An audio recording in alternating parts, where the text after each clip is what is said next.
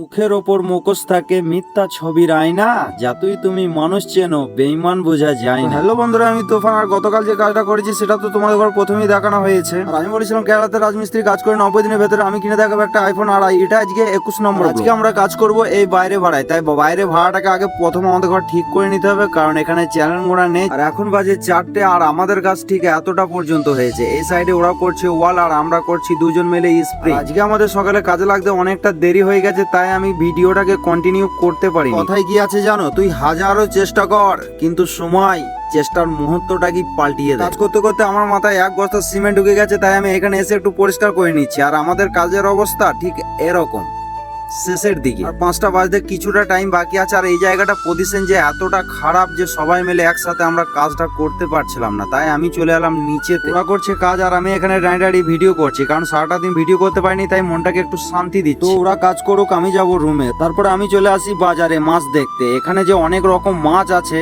সব মাছের হয়তো নাম জানি না, কিছু কিছু মাছের হয়তো নাম জানি। আমি এখানেই শেষ করলাম, সবাই একটু ফলো করে।